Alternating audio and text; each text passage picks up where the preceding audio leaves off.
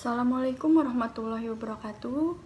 Perkenalkan, nama saya Lina Susilawati dengan NIM 28921500086 dari Prodi Manajemen dengan Fakultas Ekonomi dan Bisnis.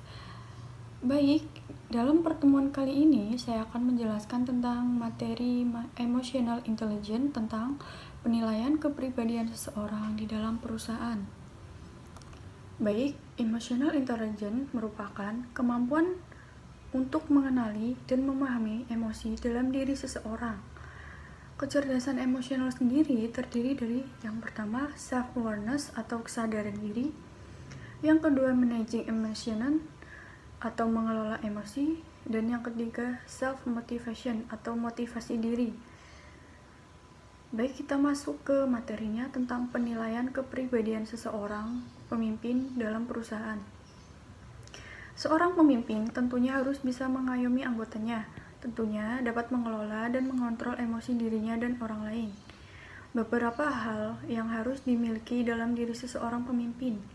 Yang pertama, kemampuan mengelola emosi, yang kedua, kemampuan memotivasi diri, dan yang ketiga, kemampuan mengenali emosi orang lain, selanjutnya kemampuan membina hubungan. Dalam diri seorang pemimpin harus menjadi contoh yang baik. Contoh kasusnya saya sediakan di dalam perusahaan saya sendiri, tempat saya bekerja. Di sebuah perusahaan X, terdapat pemimpin yang sangat baik dan kompeten, yang sangat disegani oleh karyawannya. Ia telah menunjukkan sikap dedikasinya terhadap perusahaan. Telah mengabdi lebih dari 20 tahun lamanya ia bekerja. Namun, karena sikap semangat kerjanya yang begitu luar biasa dan tanpa ia sadari, telah memberikan banyak pekerjaan kepada anak buahnya, di mana jika anak buahnya sedang mengerjakan kerjaan A, dia memberikan kerjaan B tanpa mengetahui bahwa kerjaan sebelumnya belum selesai. Itu beberapa contoh kasus yang saya alami sendiri di dalam perusahaan tempat saya bekerja.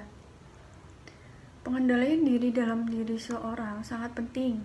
Beberapa hal yang mempengaruhi kecerdasan emosi. Yang pertama, kemampuan untuk merasakan secara akurat, menilai, dan mengekspresikan emosi. Yang kedua, kemampuan untuk mengakses dan menghasilkan perasaan ketika ia berpikir. Yang ketiga, kemampuan untuk memahami emosi dan pengetahuan emosional. Dan yang keempat, kemampuan untuk mengatur emosi untuk mempromosikan pertumbuhan emosi. Penilaian kepribadian seorang pemimpin di dalam perusahaan. Menurut saya, pemimpin saya sudah sangat baik dalam mengendalikan emosinya. Ia selalu memberikan contoh yang baik untuk anak buahnya. Tidak pernah marah-marah, tidak pernah mengungkit kesalahan anak buahnya. Jikapun anak buahnya berbuat salah, ia cukup menegur dan memberikan kesempatan untuknya.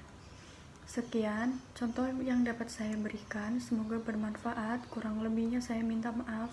Wabillahi taufik wal hidayah. Wassalamualaikum warahmatullahi wabarakatuh.